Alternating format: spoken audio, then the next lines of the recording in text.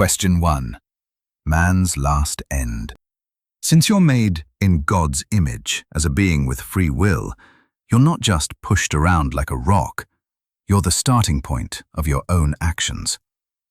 Question 1 asks the biggest question first. Is there one ultimate goal that everything you do is secretly aiming at? Article 1. Does everything you do aim at some goal? Every truly human act is done for the sake of some end. But first, Aquinas draws a careful line around what counts as a human act. An act is properly human only when you're the master of it, which happens through your reason and will. So a human act is one that flows from a deliberate will. Other stuff your body does still happens in you, but it isn't you acting in the full sense. Any ability you act through is aimed at a certain kind of thing, and that target shapes the actions it produces.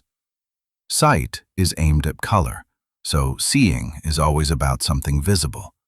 Your will is aimed at the good and the end, so any action that flows from your will is, by its nature, aimed at some good as its goal. What about scratching your beard while you're zoned out, or tapping your foot? Aquinas says those aren't properly human acts, because they don't come from deliberate reason. They have only an imaginary end, not a goal set by reason. One objection says a cause comes first, but a goal is the last thing you reach, so it can't be what's driving you. Aquinas' reply: a goal is last in the order of doing, but first in the order of intending. You reach it last, but you aim at it first, and aiming at it first is exactly how it drives everything you do. Think of planning a trip. Arriving is the last thing that happens, but the idea of arriving is what got you booking flights in the first place. Another objection. Sometimes the goal just is an action, like dancing for the sake of dancing, with no further payoff. Doesn't that break the rule? Aquinas says no. You're still choosing that activity, and your act of choosing is aimed at it as a good. So, an act aimed at a goal holds, even when the goal is the activity itself. This is Aquinas drawing a line between behavior and action. Your leg bouncing under the desk isn't a moral event. Choosing to send the text is. The entire moral world he's about to map out rests on one thing: the actions you deliberately decide to take. Article 2. Is goal-seeking something only rational beings do? It depends on what you mean. Acting toward a goal? No, everything does that, even an animal stalking prey or a plant turning toward the sun. Steering yourself toward a goal, knowing it is a goal? Yes, that part is unique to rational beings. This is Aquinas' strong claim, so it's worth being clear about it. He's not saying every moving thing has a goal in mind. He's saying everything is directed towards some particular outcome. A dropped rock reliably heads down toward its natural place, not up or sideways.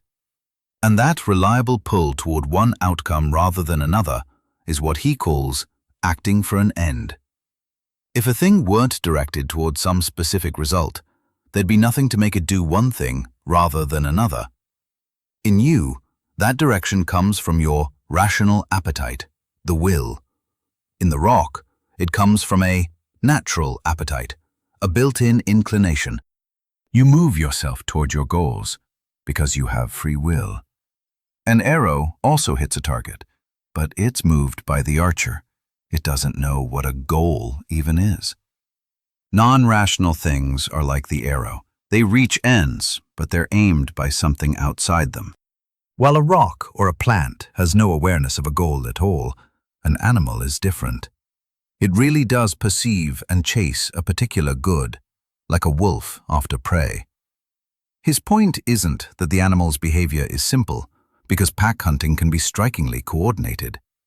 It's that the wolf doesn't grasp the goal as a goal. It can't step back, hold the end in mind in the abstract, and reason about whether to pursue it. So for Aquinas, Even fancy coordination runs on instinct and sense, with the animal aimed by its nature and ultimately by God, rather than reasoning its own way to an end. A thermostat aims at a temperature, and a plant aims at the sun, but neither one chose. Humans do. That capacity to set your own targets is exactly what makes the rest of ethics possible, and what makes you responsible. Article 3. Does the goal you're aiming at define what kind of act it is? A human act gets its moral identity, the kind of act it is, from the goal it's aimed at. A human act is, at its deepest, a deliberate reach for some good. Since your will is aimed at that good as its goal, the goal is what gives the act its identity. Change the goal, and you change what kind of act it is. Here's the move people miss. One and the same outward act, to kill a man, is a single act by its natural kind, but it can be aimed at different goals of the will. Aim it at upholding justice, and it's one thing. Aim it at feeding your anger, and it's another. So you get two different moral categories, one an act of virtue, one an act of vice, out of the same physical motion. An act's physical kind and its moral kind don't have to line up. The moral identity rides on the goal the act is genuinely done for, not on some side result that just happens to follow. Article 4. Is there one final goal behind everything you do? There has to be a last end. You can't have goals chained on forever with no final stop. In a chain where every link hangs on the one before it, knock out the first, and all the rest go down with it. He borrows Aristotle's point about movement. No first mover means nothing moves at all.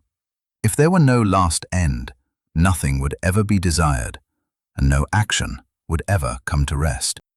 Aquinas splits the order of intention from the order of execution. In intention, the first thing is the last end. It's what gets your appetite moving in the first place. In execution, the first thing is the first step you actually take. Knock out either first, and you either never want anything or never start anything. He doesn't say infinity is impossible everywhere. The ban only applies to chains where each link really depends on the one before it, where things are connected only loosely, what he calls an accidental order, sitting side by side rather than each one propping up the next. An endless series is fine. Here, accidental doesn't mean by mistake. It just means the links don't truly hang on each other.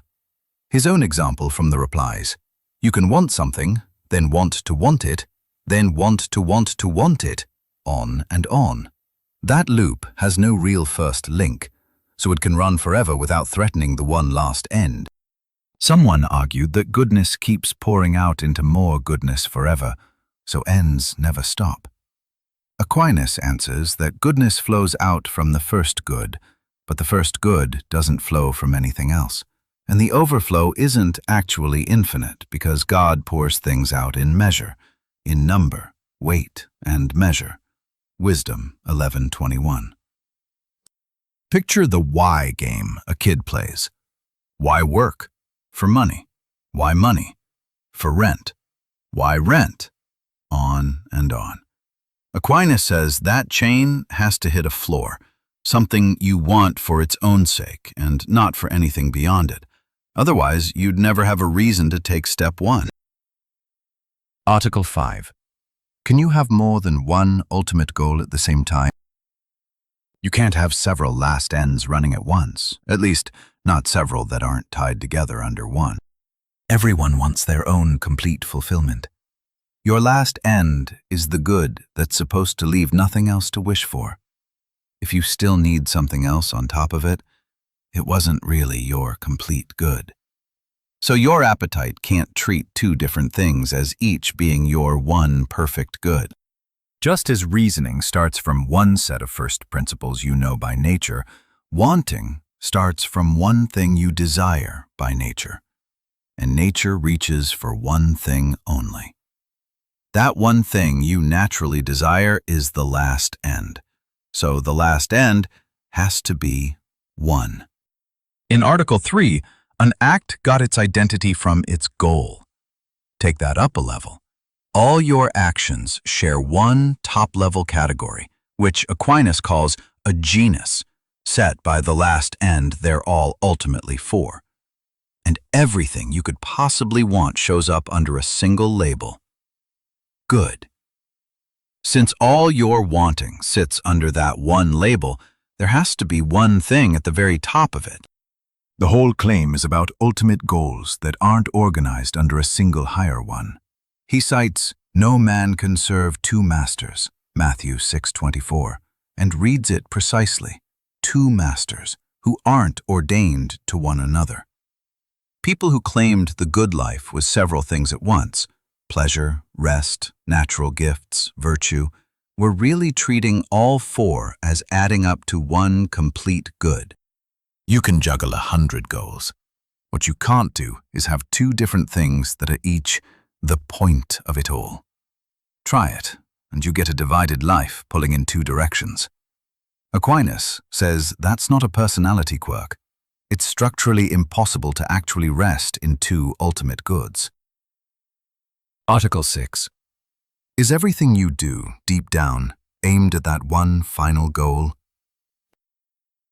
Whatever you want it for the sake of your last end, even when you're not thinking about it.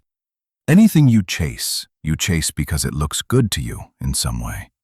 If it's not your complete good, you want it as a step toward your complete good, because the start of anything points toward its finish. It works like the first mover in any chain of motion. Everything further down the chain moves only because the first mover is driving it. So the lesser things you want only pull on you because they're lined up under the one thing you ultimately want. What about jokes and play?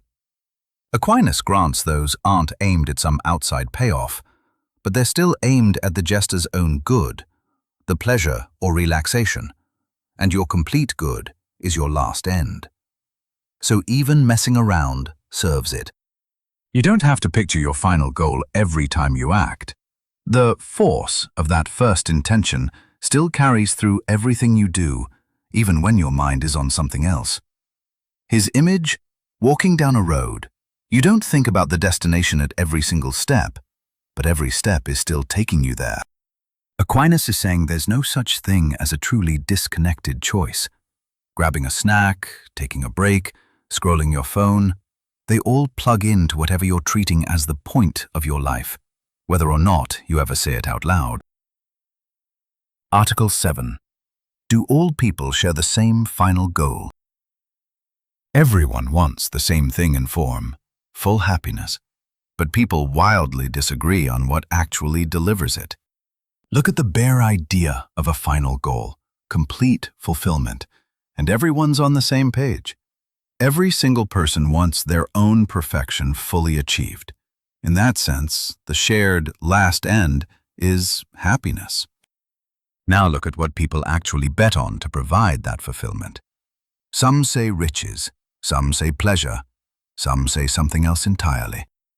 Everyone enjoys the sweet, but one person finds wine sweetest, another honey. The misread is to hear this as, best is whatever you happen to like.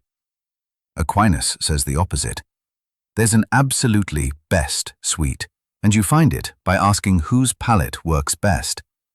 A good palate doesn't invent what's sweetest, it detects it, the way good eyesight catches a color a colorblind person misses. So the complete good is a real objective thing, and the person with rightly ordered desires is the one who tastes it correctly. Someone chasing riches isn't aiming at an equally valid target. Their palate is just off. Even someone who turns away from the good their last end really consists in hasn't dropped the intention of a last end. They're still chasing ultimate fulfillment. They're just looking for it in the wrong place. Article 4 says there must be one last end, and Article 5 says one person can't have several. Yet here people clearly aim at different things. Aquinas resolves it with a formal versus material split. which just means the idea of the goal versus the actual thing. The form of the goal, perfect happiness, is one and shared by all. The thing people think will provide it varies. No contradiction. This explains why everyone's chasing happiness, and yet everyone's life looks so different. The target is the same. The maps are not. It also reframes bad choices. For Aquinas, even a wrecked life is still aimed at happiness. It just took a wrong turn at where to find it. Article 8. Do animals and other creatures share your final goal too? They share the destination. They don't share the arriving. There is a difference between what you want and having or enjoying what you want. The first is the end for which. The second is the end by which. A miser wants money, and his satisfaction comes from possessing it. If you mean the thing that is the final goal, then yes, all creatures share your final goal too, because God is the last end of you and of everything else. Everything points back to God. You and other rational creatures reach your last end by knowing and loving God. Other creatures can't do that. They share in the likeness of God only by existing, living, or, for animals, sensing. Happiness, he says, means the acquisition of the last end. So the objections that all creatures share man's end are right about the thing, God, but miss that happiness specifically is the reaching, and only rational beings reach. Aquinas argues that happiness is not a feeling, but the fulfillment of a rational creature in its ultimate end. That end is God himself. Because human beings have intellect and will, they are capable of knowing and loving God, and their perfect happiness consists in fully possessing and enjoying him in the beatific vision. Animals can experience pleasure, comfort, and contentment, but they cannot attain happiness in this fullest sense, because they cannot know or love God as their ultimate end.